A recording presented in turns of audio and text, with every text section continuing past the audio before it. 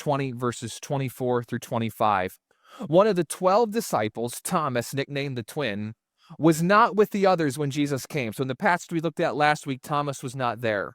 They told him, "We have seen the Lord." But he replied, "I won't believe it unless I see the nail wounds in his hands, put my fingers into them, and place my hand into the wound in his side." This morning, I want to talk to you about one idea.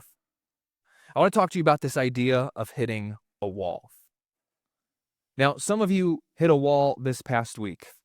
You may have been driving to work and you thought you gave yourself plenty of time to get there, and you hit a wall called traffic.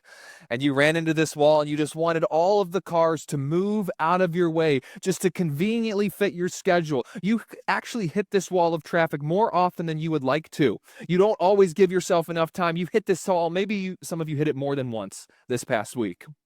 Some of you, maybe you started a project on your house earlier this past week, or maybe a couple weeks ago, whenever it might be. And you thought, "I have everything I need to complete this project. I can do this. I can totally fix this plumbing issue. I got this. I watched a YouTube video on it." And you get into the middle of this project and you hit a wall. You realize you didn't have a tool that you thought you had. Your house is actually different than the one you watched on YouTube. There's a different configuration. Now all of a sudden you hit a wall and you have water all over your house and you don't know what you're going to do. You hit a wall of your own capabilities. I've done this one too many times. Some of you, maybe you hit the wall of your diet this past week. I'm finally going to start eating better, because the holidays are coming up. And, I want to be able to just eat as much as I want on Thanksgiving and Christmas, so I'm going to eat a little better. And then somebody showed up to your house and brought you some food that you're like, "Well, this doesn't fit the diet, but everyone else is eating it." And, just one cheat day, right? And one cheat day turns into two cheat days and three cheat. We all have these different walls that we hit in our life. We're trying to go somewhere, we're trying to get somewhere, and then we hit a wall. And how many of us know that this is also true in our faith journey? That as we're following Jesus, as we're seeking the Lord, a lot of the times we have moments where we end up hitting a wall. Some of you right now might be at a spot in your faith journey where you feel like you've hit a wall, where you felt like you were growing and growing and growing for quite some time, and now there's this wall and you feel like you can't get past it. Some of you can think back to different moments in your faith journey when you hit a wall. Some of you know somebody right now who has hit a wall, and you're trying to work with them through the wall. And this is where we pick up with Thomas this morning, the disciple of Jesus. He is at a wall because he had been following Jesus for 3 years with this other group of guys, and then all of a sudden he saw Jesus crucified and dead. And he says to the other disciples, "I'm not going to believe he's back unless I see it." He's at a wall. He's went through a crisis and a tragedy that's caused him to hit a wall in his faith journey. And I just have one simple concept that I'd like to give you this morning that we're going to come back to later as well, and it's this: when you hit a wall, let God do his work. When you hit a wall, let God do his work. Now, Thomas is now known in many Christian circles as Doubting Thomas. I can't wait to get to heaven one day because I want to see if Thomas confronts the first person who ever referred to him as Doubting Thomas. He's going to be like, "Dude, really? Seriously? Now everybody has called me that throughout all of church history. Could you have called me something else?" Well, you know what, Thomas? Here you go. I'm going to call him Determined Thomas and Transformed Thomas. I want to be friends with Thomas when I get to heaven one day. So he's determined, and he ends up being transformed as well. Could you imagine if somebody gave you a bad nickname like that? It just went, some of you like, "That happened to me in school. I'm very sorry for you." But I can't imagine. Everyone calls him Doubting Thomas, but we actually see some really cool aspects of Thomas's spiritual development through this story as he hits this wall and Jesus meets him at the wall and what Jesus does in his heart through that. Now, this language of the wall for our spiritual journey came from an interesting book I read by spiritual director Janet Hagberg and Fuller professor Robert Gulick called The Critical Journey. And in this book, they break down 6 stages of our spiritual journey. They'll be up on the screen here for you. Stage number 1 is recognition of God in the spiritual journey. Stage 2 is the life of discipleship. Stage 3 is the productive life. Stage 4 is the journey inward. And in stage 4 is when we hit the wall in our faith journey. Stage 5 is the journey outward, and stage 6 is the life of love. Now, I'm going to spend a few moments here giving kind of a bird's eye view of each of these stages, but just a quick note before we jump into these stages. First of all, in each stage, there's something to be celebrated. There's something exciting that God is doing. In each stage, there's also ways in which we can become trapped or caged in that stage. There can be moments where you're a little bit in stage 2 with some areas of your faith journey, but you're in stage 4 with other areas of your faith journey. There can be moments where you loop back around through other stages, okay? So this can be a little bit complex. I'm just giving a general overview this morning. And if you find this really interesting, you can go order a copy of The Critical Journey and read it for yourself. But I'd like us to at least walk through stages 1 through 4 so we can get to this concept of the wall. And then we'll go through stages 5 and 6 to talk about how God wants to do his work at the wall and bring us through it. You good for that? All right, let's jump in. Stage number 1, this is recognition of God. This is such an exciting moment in our faith journey. Some of you might be in stage 1 right now. This is like when you start experiencing God for the first time. Or maybe it felt like you had walked away from God for a while, and then all of a sudden the Spirit of God has grabbed your heart again, and you have this great excitement. It's an eye-opening experience. You start seeing the world in a whole new way because you have experienced the saving power of Jesus in your life. You have feelings of peace and love and comfort, excitement and joy. It's an eye-opening experience. The veil has been torn. You are seeing things clearly, and you are feeling God's love for you in a unique way. Some of you are thinking back and remembering stage 1. You can think back to that moment, whether it was at maybe a church camp or at a vacation Bible school or maybe a missions trip or a Sunday morning service or a small group. And it was like the first time you experienced God and your eyes were just open and it was so exciting. Like I said, some of you are in that stage right now. Praise God for that. The church needs people in every stage because each of the stages has an ability to encourage one another. Then you have this eye-opening moment, and I think of Thomas and his journey, and I think that he was probably at this stage 1 phase when we read about him in Luke chapter 6, which says this. At daybreak, he called together all of his disciples and chose 12 of them to be apostles. Here are their names: Simon, whom he called Peter, Andrew, Peter's brother, James, John, Philip, Bartholomew, Matthew, and Thomas. This is when Jesus first gets his disciples together. There's excitement and joy because this rabbi has come along. He has found them. He's saying, follow me, and they are now going to see the world in a whole new way, in a way in which they've never seen the world before. There's excitement, this recognition of who God is and that he wants to do something in and through my life. And then this leads to stage 2, the life of discipleship. This stage is also so exciting. Each stage I find to be exciting. This stage is really exciting too. This is when you begin to follow someone. You find maybe a pastor who you really resonate with, or a spiritual mentor, or an author, or a podcast, and you just start absorbing information from this person, or maybe it's 2 or 3 people, and you're like a sponge. You're just bringing it all in. You want to learn everything from them. You're like, oh yeah, that author, I've read every single one of their books. I'm just taking it all in. I'm learning. I'm listening to podcasts all the time, just absorbing information. It's like you in this stage, you have a path for living, this set of this is how we do things. You start maybe in this group, you start it's stage 2, you start thinking, yeah, you know what? I think I resonate a little bit more with the Pentecostal people. I resonate a little more with the Baptist people. I resonate a little more with the Methodist people. Or wherever you find yourself, you're like, I got this influencer and they're giving me this shape and this vision for life of how to do the Christian life. And you start resonating a little bit. You start growing within this community. And in stage 2, you really start to grow in certainty. Moments where I've been in stage 2, where I really start to connect with and follow someone who's ahead of me in the faith, I become so certain of things. You have an answer for everything because the person you follow has an answer for everything. Everything seems to be pretty black and white. Like you have an answer because that person has an answer. And you just grow in this certainty and confidence in stage 2. Because you're absorbing all this information. Whoever you're following seems to have all the answers, and it's this exciting season of growth. And then this leads to stage 3.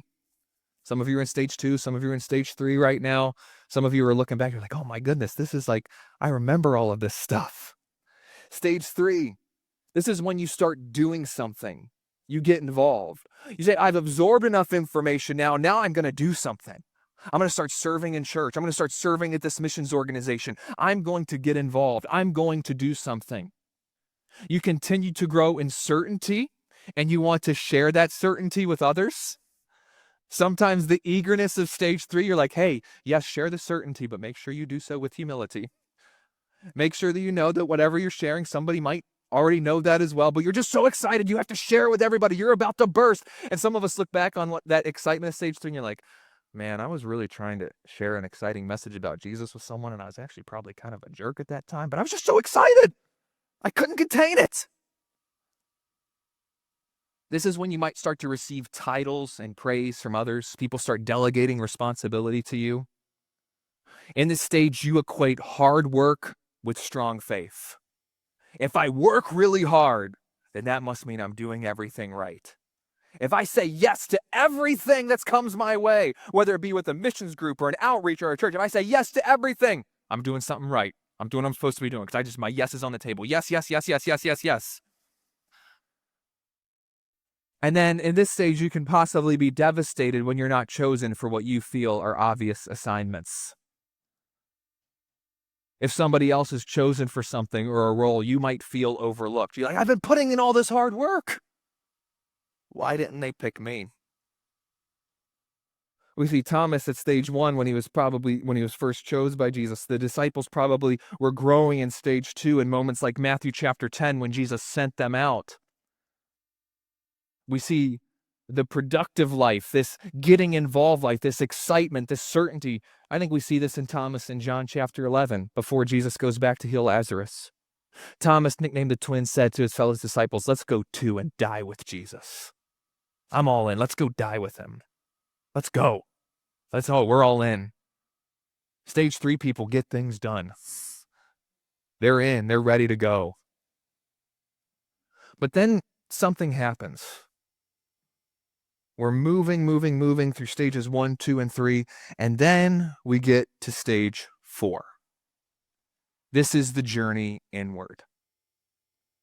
The stage 4 process of the faith journey is a more of a vertical thing where you almost take a step back for a moment and you look at all that God's done through stages 1 through 3 and you say, I've been doing so much.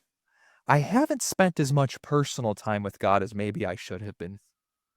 I was just so go. Stage 4 is this journey inward where you start spending some more time with the Lord, discerning how to hear his voice.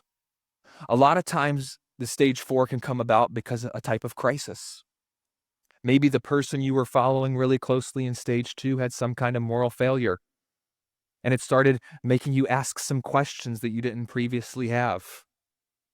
Maybe you get to stage 4 because it wasn't that the person had a moral failure, but you realize that they didn't have as many answers as you thought they had.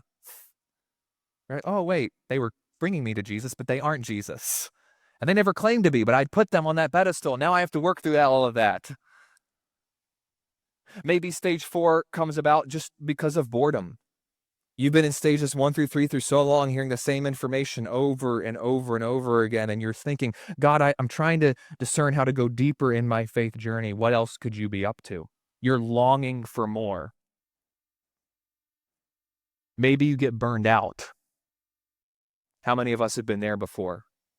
You do so much in stage 3, and you're praised for it. All of us pastors, we're going to praise you in stage 3. Keep doing, keep going, because we got to do stuff for the church. Keep it up. And then you're like, you wake up one day and you go, whoa, I'm not really resting. I'm not sleeping well. People see a smiling face whenever I'm at church. When I'm at home, I'm a grump. And maybe some kind of burnout brings about stage 4. Like, I need to just get some time with the Lord and discern how to hear from him again. There are so many different ways in which we could end up in stage 4. It could happen because of something that happened to us, like all the things I mentioned. We could actually end up in stage 4 because of possibly some bad choices we've made in our own life. And we end up in stage 4. And then stage 4, this journey inward, is where we end up at the wall. This is where we enter the wall. And the wall requires humility. The wall is the place where we're kind of at the end of ourself, and we're asking God, are you going to show up here? And I'd like to give a quick warning about the wall. The second point here, the wall can either be a path of looping back or a place of growth. Here's what I mean by that. I've observed that a number of people will hit this wall in their faith journey, and instead of allowing the Lord to do his work through the wall and bring them to stage 5, they actually just bury all of the pain at the wall, and they go back quietly to stages 1 through 3, and they just stay stuck in that loop. And a lot of Christians just get stuck in stages 1 through 3, and then they end up, specifically with burnout, they end up at the same place of burnout again. They bury it, go back to stages 1 through 3, doing all the same things, but in a different context, or at a different church, or at a different ministry. You think, oh, it's all new, it's all different, but you're really just doing the same stuff at a different place. And you end up in stage 1 through 3, and then you end up at stage 4, oh, burnout again, stage 4, burnout again, you loop back. And some people loop back, but it's with a different belief system. I've seen this happen quite a few times as well. People hit the wall, and what they do is they don't really see God in the wall, and they end up walking away from Christianity, and then they go through stages 1 through 3, but with a new belief system, or a new ideology, or a new set of priorities. Let me just give you a silly example. Somebody could walk away from faith, and then all of a sudden, they start consuming themselves, maybe let's say with football. And in stage 1, they start learning a lot about football, and they start sharing all this information with you about everything they learned about football. They go, did you know Josh Allen is the Bills quarterback? Yeah, I actually kind of knew that this entire time. You've just been, I don't know what you've been doing. But they just start sharing with you all this information. And hey, have you ever heard of a guy named Doug Flutie or Jim Kelly? If you do know about it, they start absorbing all that. You're like, yeah, I know all of this right now. But they're really excited about it. They have this eye-opening experience about the world of football. And then in step 2, they start soaking in all of this information from an analyst, because that's the new person they're following. Hey, have you ever heard of Stephen A. Smith before, or Colin Cowherd, or any of these people, or Pat McAfee? Have you heard of these people? Can you believe the information they have? I learned this. And it's like, oh my goodness, you're going through the path of discipleship again, but with a new belief system. And then they start going to football games, and they want you to come with them. Hey, I got you a ticket for the game. Hey, we can tailgate for the game. And you're going, when were you so into football? You never liked football. But they're going through stages 1 through 3, but just with a new belief system, because now there's this void there from where they've walked away from faith. I don't know if football is kind of a silly example to use there, although it's actually not too silly with some people. But a lot of times I've seen people walk away from faith, and they end up doing that with maybe it be their political beliefs, or an ideology, or some new set of activism, or ways. Oh, my eyes have been opened. Nobody knows about this thing that I know about. Oh, now I gotta get involved, and I gotta follow this person and let people know about this person. Now I gotta get it, and it's like it's the same loop. And then they burn out, and then they go through stages 1 through 3 again with another belief system or another set of ideas. And I've seen this happen, because what happens is a lot of people get to the wall and they say, well, I'm going to walk away from Christianity because of fundamentalism, judgmentalism, and dogmatism, and all the isms, judgmentalism and all those isms, dogmatism and all those. So it's too dogmatic. There are too many fundamentals. There are too many judgmental people. And what happens is people walk away from Jesus, but they don't walk away from their judgmentalism and their fundamentalism and their dogmatism. So they have all of those isms still with them, but with their new belief system. And they carry it with them back through these stages again and again. And those very isms that brought you to burnout, you still carried with you. And so when we get to the wall, so that we don't loop back either through the first way of looping back, which is just shrinking away, or so we don't loop back with just a new belief system, which is the other way to loop back. We have to be willing to pause at the wall and trust in God to do his work, to trust that he will meet you at the wall, that he will show up. Sometimes we get to the wall and we think that's the place where God is not going to come, but he is going to come.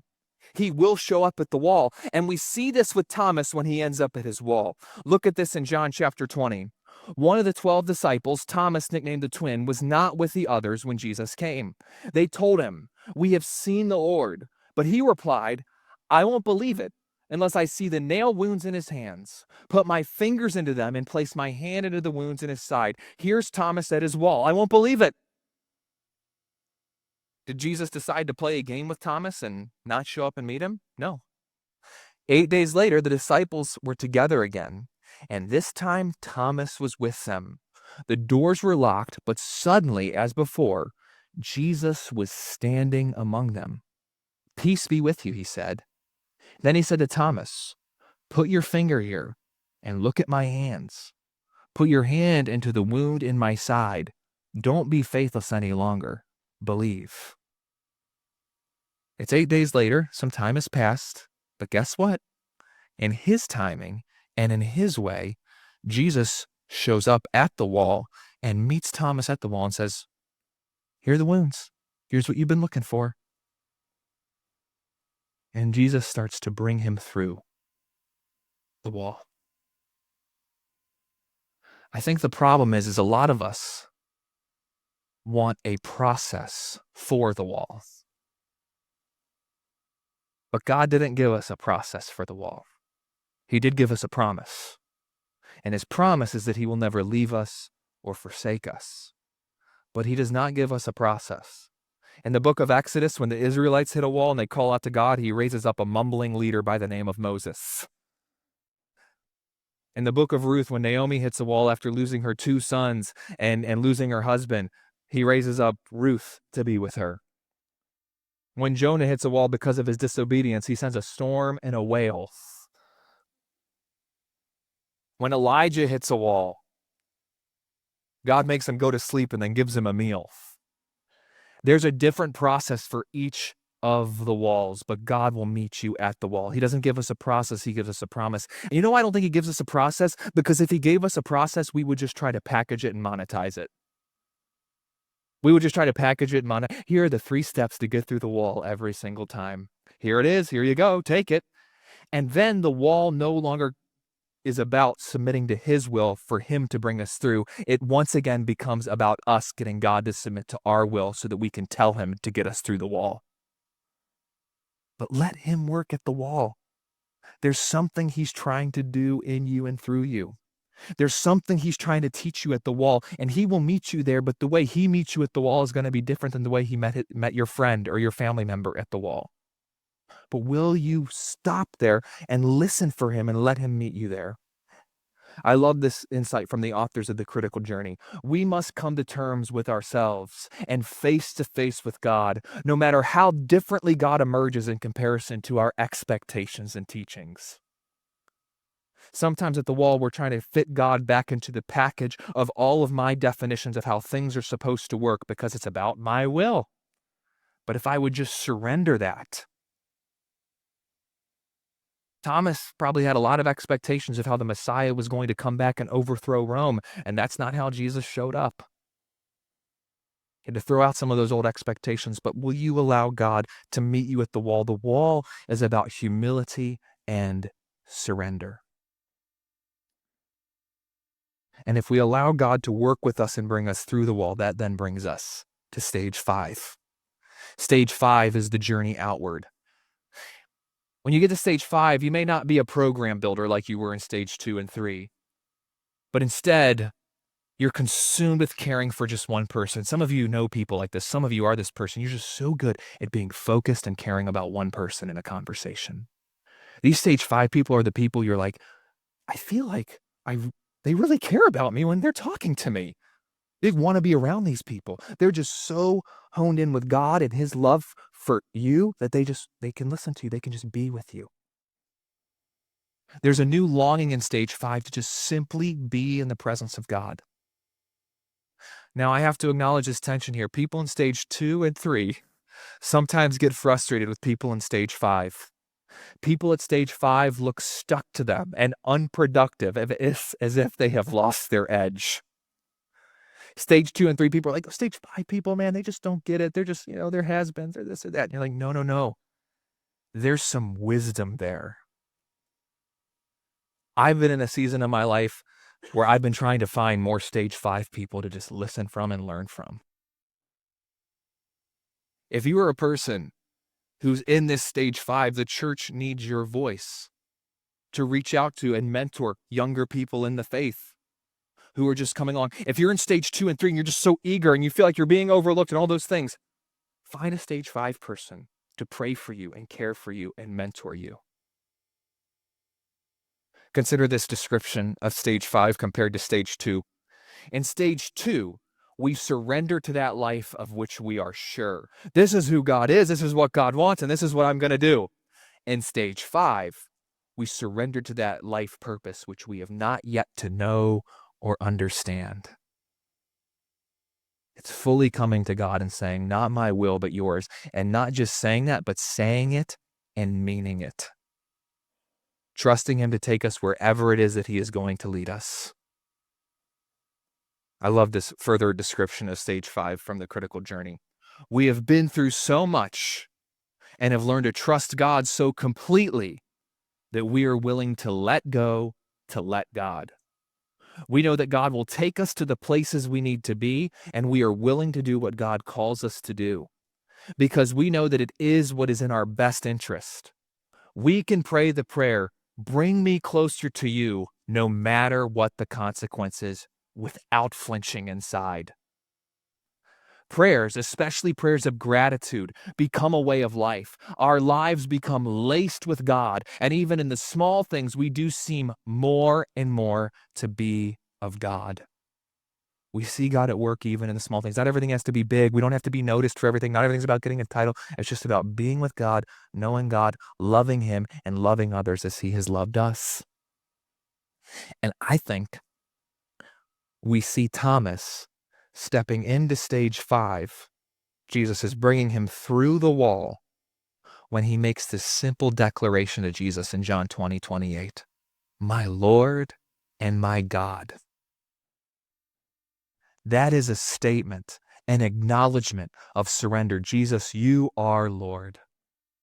Not my will, but yours. You are my God. It's a statement of saying, you are Lord and you are God. So I will follow you. An acknowledgement of who Jesus truly is and surrendering to him as Lord. I believe we see stage 5 at work within the disciples. Just a chapter later in John 21, they just had breakfast with Jesus on the beach. Now come and have some breakfast, Jesus said. None of the disciples dared to ask him, who are you? They knew it was the Lord. Then Jesus served them the bread and the fish. In stage 5, we love those moments of just being with Jesus. Hearing from him in his word, listening for his spirit, spending time in prayer, and just being with Jesus. And then this leads to stage 6, the life of love. Stage 6 is really just an extension of stage 5. It's when you develop a deep care for others. You're able to identify with the wounds of others. You're able to listen to others and feel with them and be fully present with them. The way of Jesus in this stage almost becomes second nature. Dallas Willard explained it this way. He said, you just start acting like Jesus and you're not even thinking about it because you're so close to him and his spirit has so shaped your life. The authors of The Critical Journey describe stage 6 this way. We are spirit-filled, but in a quiet, unassuming way. So pervasive is the presence of the Spirit in our lives that we may not even be particularly conscious of doing something of the Spirit. I would love to be at that place in my life. To be at that place where you're just so in tune with the Spirit that you're just walking with the Spirit and reflecting the nature of Jesus because of an overflow of your time and relationship with him, where you've allowed him to meet you at the wall and bring you through, and you say, not my will, but yours. Where we don't just loop back to stages 1 through 3, but we know that he's there at the wall bringing us through. It's when we start living out this life that Jesus envisioned in John 13:34 earlier in this gospel, when he said, so now I am giving you a new commandment. Love each other just as I have loved you. You should love each other. This command becomes a way of living and being. It becomes a way of life where we've walked away from the old life, where we've walked away from sin, and we are now living in a life of selfless love for others just as Christ loved us. So this all brings me back to where I started this morning. When you hit a wall, let God do his work. When you hit a wall, let God do his work. I've had multiple walls that I've hit throughout my life in my faith journey. Some of them I've shared about with you on a Sunday morning, and for the sake of time, I'm not going to go into all of them today. I'm sure you'll hear about some of them again in the future when you go, I've heard this story before. But I've hit a number of walls in my faith journey. And I will say there are some that I just buried, and then I ended up back in the same loop. I ended up at this place again. And there are others, and this is more recently where I've been learning what it means. And I'm still not mastered this yet, but just to listen to Jesus at the wall and let him bring me through. It is so hard to do that, especially for someone like me when I like to do things and figure things out and have a solution. But when you let him do his work at the wall, it is so worth it because there's a depth of intimacy with God there that we can experience, of surrender to him. It's truly liberating and life-giving. One last insight for you. God does not make us move. God's grace allows us to move. When we get to the wall, God is not going to force us to move, but his grace with us will allow us to move. So when we get to the wall, there's a decision we have to make. Who are we going to listen to? And who is going to shape us at that wall? And at the wall, that's the moment where we have to lean in and listen to Jesus and for his grace to pull us and guide us through to a new depth of discipleship and life with him. So some of you are here this morning and you are at a wall. My prayer is that you would make the space in your life to listen for Jesus. It could take days, weeks. For some folks, it has taken years. But he will meet you there and let him do his work at the wall. Some of you are looking back on a wall and you're wondering, did I really let the Lord do his work at that wall, or am I still holding on to something? Let him speak to you this morning and start the healing process. Some of you know somebody at a wall, and you so badly want to push them through it or force them. Instead of using force or shame or guilt, just meet them there. Just as Jesus meets with us at our wall.